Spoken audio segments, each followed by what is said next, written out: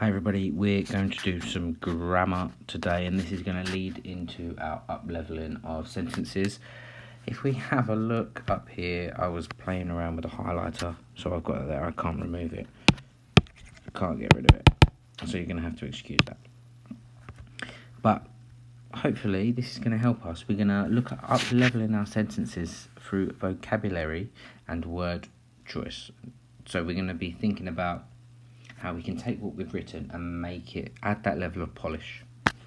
So first I want you to think about what it means to up-level a sentence. Now, lots of you might be saying, make it better, but what is it?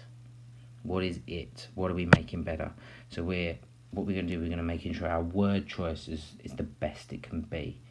The order of our sentence and the structure of our sentence is going to be the best that it can be. Lots of the time when we up level, we are going to be adding more detail. That's probably the most common way to do it. So you might be adding more description, you might be adding more adjectives in there, you might add some adverbs in there, you might add some expanded noun phrases in. Another way that we can do that is to make sure that the choice of words is the best it can be.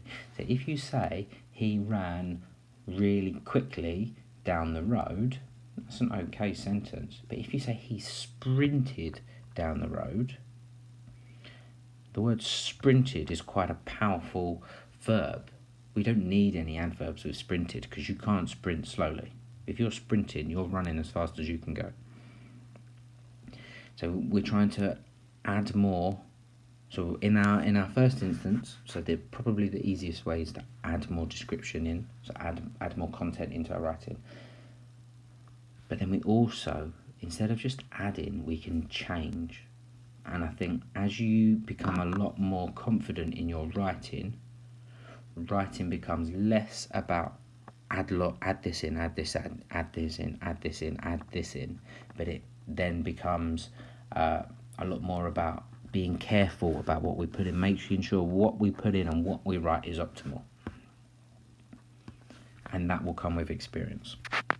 And what we also are going to look at today is exploring using synonyms through the use of a thesaurus. Now, that is a thesaurus, not a thesaurus. If you have a look at the spelling, I hear a lot of us saying thesaurus, not a thesaurus, it's a thesaurus. Let's have a look. We've got a sentence here. Sally walks to the shops. Fairly standard sentence. Sally, she walks to the shops. Doesn't give us too much detail. I mean, it gives us enough. We know what's happening, but it's not particularly interesting to read. Now, I see throughout my time teaching, a lot of the time we get, when we're writing stories, we're thinking so much about what we need to put in. We need to put this in. I need to make sure my capital letter is in, my full stop's in. That a lot of our sentence can become quite plain. But now we're doing our editing, we have the perfect opportunity to make it slightly better. So what I want you to do, how could you make this better? Now, lots of us might find it easier just to add some things in. You might add some adverbs in. You might add a relative clause in there. Try not to change the meaning of the sentence too much. Have a go, and we'll have a look at some examples. So we've got, Sally walked to the busy local shops.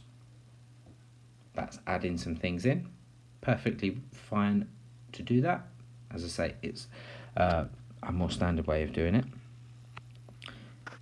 So, varied adjectives provide more information regarding the noun. Yeah, we've added busy and local. Oh, we've got another way we can do it. Sally strolled to the busy local shops. Now, who knows what word class we have changed? What word class was walked? Well done if you said verb. So now what we can do, we can change our verb and look at an appropriate synonym. Now, another thing that happens all of the time, teachers say it, they say, okay, use a thesaurus. I've seen this when we've used them in school, this has happened, and we're just going to choose like the longest word that we can see. We're going to choose a word. We're going to look in. We think because it's really, really long, really, really fancy, and we've never heard of it, we're going to use it. You still need to choose appropriate words. Now, that will come with experience, but also what you could do is if you see a word, you think, oh, I might use that word. Look up the meaning of that word. Does it mean the same thing? So here, strolled is appropriate here. So we wouldn't expect Sally to run or sprint. And if we was to say Sally sprinted to the shops, which she could do, and it would make sense, but that changes the meaning of our sentence. So well done there. And I've mentioned the word synonym here, but I've forgotten to explain what it means. Who knows what it means? A synonym is a word which has a similar meaning. Not always the exact meaning, it's similar. So we do have to be really careful. It's always good to check that word that you're going to use. As the sun began to rise, Sally strolled to the busy local shops. Who can tell me what that is an example of? Well done. We've got a fronted adverbial here. Well done. Interestingly, we've got our comma. Because it's an adverbial here. We're talking about when this verb happened.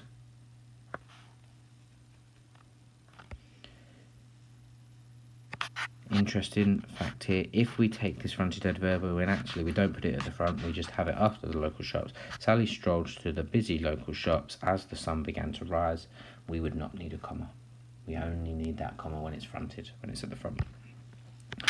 Fronted adverbials provide information as to where, when or how an action occurs. Now, we have covered adverbials of manner and of time, so we can start to think about adding some of those in to our own writing. We ran outside. Your challenge: use maybe a fronted adverbial, maybe change the verb, maybe add some expanded noun phrases in there. We ran outside. Pause the video, give it a go. Let's have a look. We hurried outside. Nice change of verb here. It's an appropriate synonym. We sprinted is quite a standard one there. Hurried is a very good one. We hurried frantically. Now, we heard that word frantically yesterday in our guided reading. I believe it was yesterday with Peter Rabbit, or it might have been the one I planned yesterday for next week. But frantically. Nice adverb. Frantically, we've put that adverb right at the front. So now we've not added anything here. We've just changed the order in which things appear in our sentence. And that adds a bit of interest as well. Taking our adverb, we moved it to the beginning of the sentence to form a fronted adverbial. Frantically, we hurried outside. We've changed a simple sentence into a complex sentence, making our writing a lot more interesting. Frantically, we hurried into the safety of our house. Very nice. A little bit extra information. We've slightly changed our noun here. Inside, and we've added more. We know it's inside a house, and we've added that it's going to be really safe in there. So in saying that, we've also said it might have been quite dangerous outside. So well done if you managed to follow on with those and you came up with some examples that were similar. I can't get that out of the way, so I'm going to hold that up there. So what I want you to do is your task. Up-level the following sentences to make it more interesting to the reader. So here are some very standard sentences. One chili challenge, up-level 3 of these sentences. 2 chili, choose 5 of those sentences. And actually what I would add into that is, can you put them into a paragraph as well? If you want that extra challenge, can you find a way to link them? It might have been something like then or after. And number 3, create some of your own sentences. So do 5 and then some of your own sentences. It might help you to get a picture and do it about a picture. So hopefully this activity, if we spend a lot of time and care on it, we will it will really help our editing process. And our editing process is really important, because that's when we get to add the polish, and we might make some simple mistakes in our writing, and that's fine because we have so many ideas in our head and there's so many things we need to think about, but we write. And adults do it all the time. As I say, I've told you when adults have written essays, so when I've written essays, it might take me 5 times. I might write it, I might give it to different people, they might look at it, they might give it back to me, I might listen to what they say, I might not listen to what they say, but they give me a different perspective. So even adults do this sort of thing, and it's an incredibly hard skill to do, but it's an incredibly important one. So take your time with this. Perfect.